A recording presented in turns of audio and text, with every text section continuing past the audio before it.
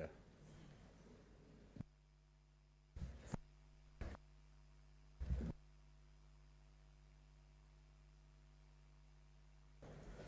Mr. Speaker, sorry to disrupt proceedings, but at the rise of the House yesterday, you gave a very important communication, something which I strongly feel goes to the heart of the exercise that you are carrying out the last 2 days, a very important exercise that this House is undergoing.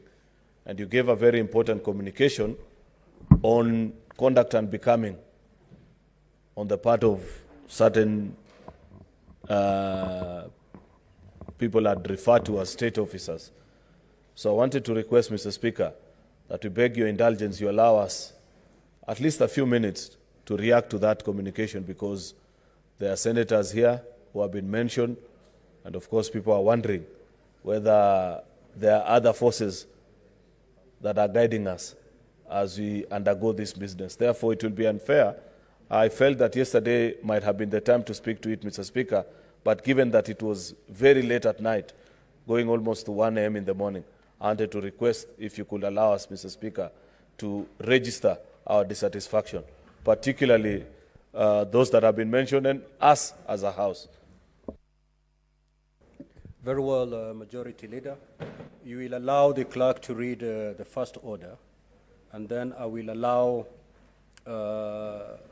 just 3 senators from each side speaking for 2 minutes each, and then we go straight to the business of the day. Clerk, proceed, please. Order number 1, communication from the chair. I will allow comments on the communication that I did at the rise of the House last night. And I'll take 3 senators from each side, each speaking for 2 minutes. The Majority Leader, kindly take the floor. Mr. Speaker, on behalf of the Senate, I want to register my disappointment in the increasingly unbecoming conduct of Cabinet Secretary Moses Kuria, a man who's continually embarrassing the appointing authority and casting serious doubts on the choice ability of none other than His Excellency, the President. Mr. Speaker, sir, that tweet was in bad taste. It paints senators as cheap people who have no cognitive abilities to make interpretation of the matters that are before us and make a sober decision that is in the interest of the Constitution and the people of Kenya. Mr. Speaker, this is the 14th impeachment hearing that the Senate is hearing, and I've had opportunity to vote in almost all of them.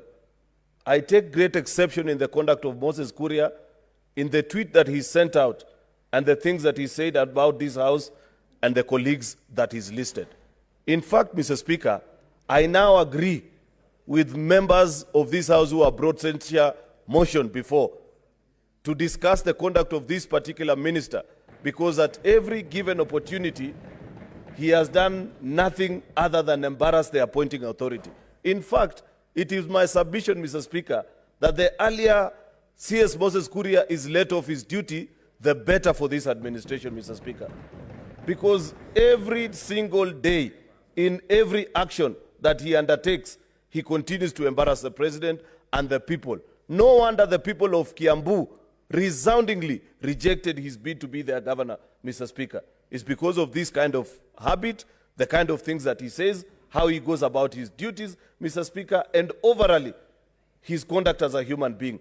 Therefore, Mr. Speaker, let Mr. Kuria know, wherever he is, that senators cannot be intimidated, that the kind of monkey business he's trying to introduce cannot be allowed to stand, Mr. Speaker, because this is a distraction. Senator Kojong.